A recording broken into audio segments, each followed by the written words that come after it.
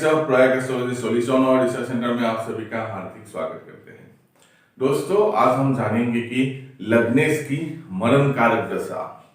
ऐसे तो लग्नेश शुभ होते हैं, लग्नेश कहीं भी बैठे हो, बहुत सारे ज्योतिषों की मत है कि लग्नेश कहीं भी बैठे लग्नेश हमेशा शुभ ही रिजल्ट करते हैं। ऐसा होता नहीं है।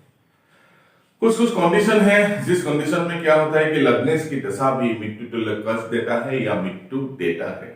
तो आज उसके ऊपर हम लोग जानेंगे कि लग्नेश की मरण कारक दशा क्या होता है, उसके बारे में आज हम जानेंगे। एक कुंडली के माध्यम से जानेंगे कि लग्न क्या हमेशा शुभ होता है या लग्न की जो दशा है वो भी कभी कभी मृत्यु संभव होता है या मृत्यु तुल्य कष्ट भी होता है, उसके बारे में हम जानेंगे। जो आज का टॉपिक है यह है लग्नेश की मृत्यु कारक दशा। ठीक है, दशा लग्नेश की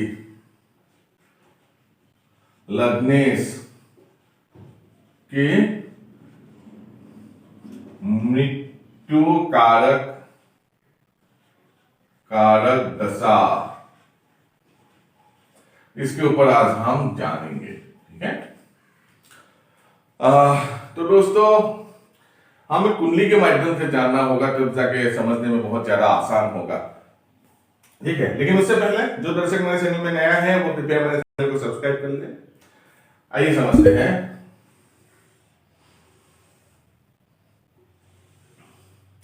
यह है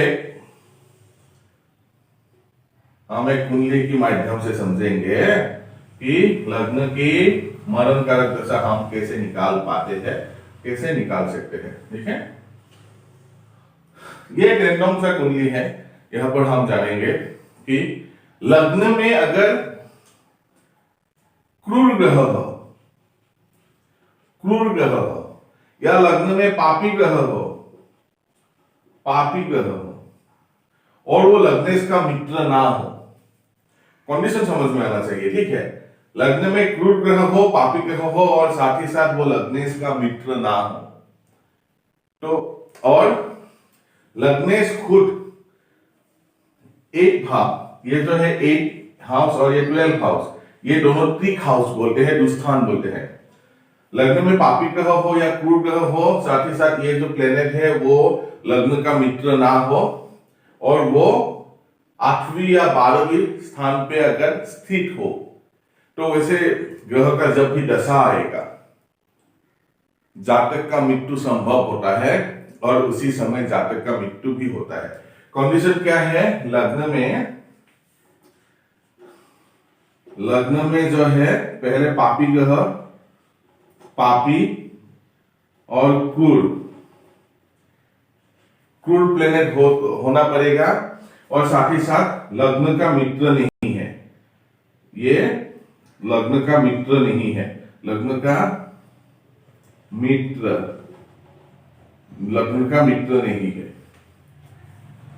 ये जो प्लेनेट होगा लग्न का मित्र नहीं होगा, फिर वो प्लेनेट पापी या क्रूर ग्रह अगर हुआ और वो प्लेनेट और लग्नेश अगर 8वीं या 12वीं भावों में गया, तो वैसे दशा जब भी चलेगा तब जातक का मृत्यु होते हैं। एक उदाहरण के माध्यम से हम समझते हैं कि सपोज ये तुला लग्न है। ठीक है, तुला में सूर्य देवता है, सूर्य देवता क्रूर प्लेनेट में आया। फिर तुला का अधिपति जो शुक्र है ये अष्टम में हुआ, अष्टम में या द्वादश भाव में हुआ। तो क्या होगा कि जब भी सूर्य की दशा आएगा, जब भी शुक्र का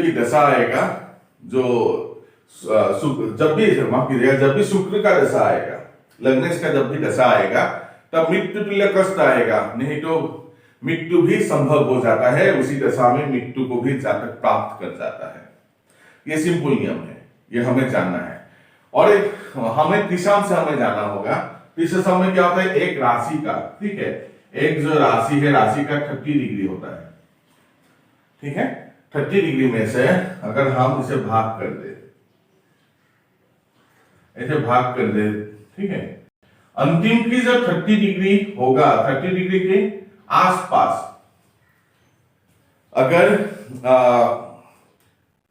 आसपास अगर प्लेनेट होगा, वो किस तरह से होगा आपको समझेगा। ये समझ लिया कि लग्न में पापी ग्रह हो फिर या क्रूर प्लेनेट हो, वो लग्न का मित्र नहीं होना चाहिए। और लग्न जो है 8वीं और 12वीं भाव में कहीं भी बैठा हो तो ऐसे दशा में मृत्यु तुल्य कष्ट आता है, या तो जातक मृत्यु को प्राप्त करता है ऐसे दशा में। और एक कंडीशन क्या है, देखिए लग्नेश अगर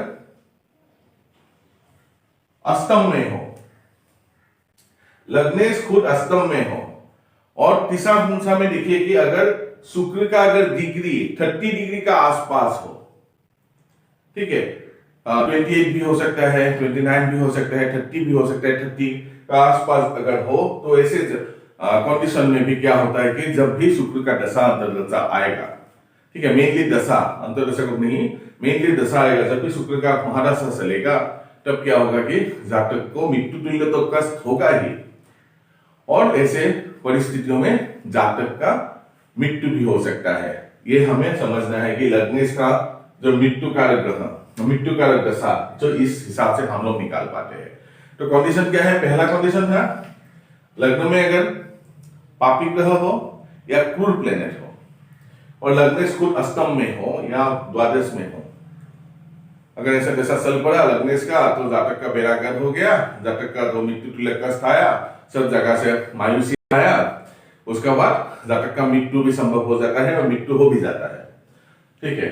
द्वितीय नियम क्या है, लग्न से अगर खुद अष्टम में हो, और तीसरा स्थान में देखिए कि एक राशि को 30 डिग्री है, 30 डिग्री को 30 बराबर भाग में भाग देते, 1 डिग्री करके आएगा, लास्ट की जो 28, 29, 30 डिग्री में अगर शुक्र देवता का अगर अवस्थान होगा, सिर्फ शुक्र देवता अगर स्थित होगा, तो जब भी शुक्र की दशा आएगा, महादशा आएगा, जातक को मृत्यु तुल्य कष्ट होगा, सभी चीजों से तो बेरागर होगा ही होगा, और साथ ही साथ जातक का ऐसे सिचुएशन में जातक का मृत्यु भी हो जाता है। तो ये हमें देखना है, लग्नेश की दशा है, लग्नेश कहीं भी बैठा हो, कोई विद्वान लोग तो बोल देता है कि लग्नेश का दशा चल रहा है, लग्नेश कहीं भी हो शुभ हो जाता है, ऐसा नहीं होता है। देखिए ये 12 भाव बहुत चीजें कहते हैं, ये दुस्थान का होने से कभी अच्छा रिजल्ट नहीं देता है, ठीक है, मुख्यतः अष्टम हाउस में तो नहीं ही देता है। तो इसे हमें समझना है और जानना है, हमें बहकावे में नहीं आना है, हमें एस्ट्रोलॉजी का टेक्स्ट बुक पढ़ना है और ऋषियों ने क्या बताया है उसके ऊपर ध्यान देना है। अगर कोई खुद से कुछ बोले उसके ऊपर ध्यान मत दीजिएगा, ये एस्ट्रोलॉजी नहीं है। एस्ट्रोलॉजी जो है वो ऋषियों का मत जो है वही एस्ट्रोलॉजी है। जैसे कि मैं वैदिक एस्ट्रोलॉजी का फॉलोअर्स हूं, ठीक है, मैं पराशरी एस्ट्रोलॉजी करता हूं, पराशरी का फॉलो करता हूं, तो मुझे क्या है कि ऋषियों ने जो बताया है, ऋषियों ने जिस तरह से सिद्धांत दिया है, उसी हिसाब से हमें अगर एस्ट्रोलॉजी करेंगे तो हम हमेशा उस फलादेश में बहुत ज्यादा अच्छा कर पाएंगे। तो आज हमने जाना कि लग्नेश की मृत्यु कारक दशा कैसा होता है। अगर इन कंडीशन में अगर कोई जातक का प्लेनेट आ गया तो अभी उस आपका ऊपर है कि आप रिमेडी क्या देंगे और उसे कैसे बचाने के प्रयत्न करेंगे। यही था आज का टॉपिक। अगर मेरा वीडियो आप लोगों को पसंद आते हो तो प्लीज इसे लाइक कीजिएगा, शेयर कीजिएगा और सब्सक्राइब करना मत भूलिएगा। धन्यवाद।